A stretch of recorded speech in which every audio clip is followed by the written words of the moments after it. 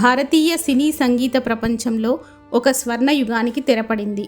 తన మధుర గానంతో తరతరాల సంగీతాభిమానులను అలరించిన ప్రముఖ నేపథ్య గాయని ఎస్ జానకమ్మ ఇక లేరు. వయోభారంతో తలెత్తిన ఆరోగ్య సమస్యల కారణంగా మైసూర్లోని ఆసుపత్రిలో 88 ఏళ్ల వయసులో ఆమె కన్నుమూశారు. సిస్ల శ్రీ రామమూర్తి జానకిగా జన్మించిన జానకమ్మ 1957లో సినీ సంగీత ప్రయాణాన్ని ప్రారంభించారు.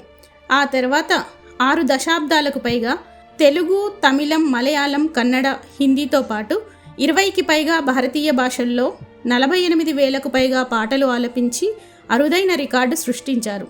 భావోద్వేగం, ప్రేమ, విరహం, భక్తి, జానపదం, శృంగారం ఏ భావమైన తన స్వరంతో ప్రాణం పోసే అపూర్వ గాయని జానకమ్మ. ఆమె గాత్రం కేవలం పాట మాత్రమే కాదు, కోట్లాది మంది జీవితాల్లో ఒక మధుర జ్ఞాపకం. తన విశిష్ట గానసేవలకు గుర్తింపుగా 4 జాతీయ చలనచిత్ర పురస్కారాలు, అనేక రాష్ట్ర ప్రభుత్వాల నుంచి ప్రతిష్టాత్మక అవార్డులు అందుకున్నారు. దక్షిణాది సంగీత ప్రపంచంలో గాన కోకిలగా లక్షలాది మంది అభిమానుల హృదయాల్లో శాశ్వత స్థానం సంపాదించుకున్నారు. ఇప్పుడు ఆమె స్వరం నిశ్శబ్దమైంది, కానీ ఆమె ఆలపించిన వేలాది గీతాలు శాశ్వతంగా సంగీతాభిమానుల హృదయాల్లో మారుమోగుతూనే ఉంటాయి. ఎస్ జానకి మరణంతో భారతీయ సినీ సంగీత ప్రపంచం ఒక గాన శిఖరాన్ని కోల్పోయింది.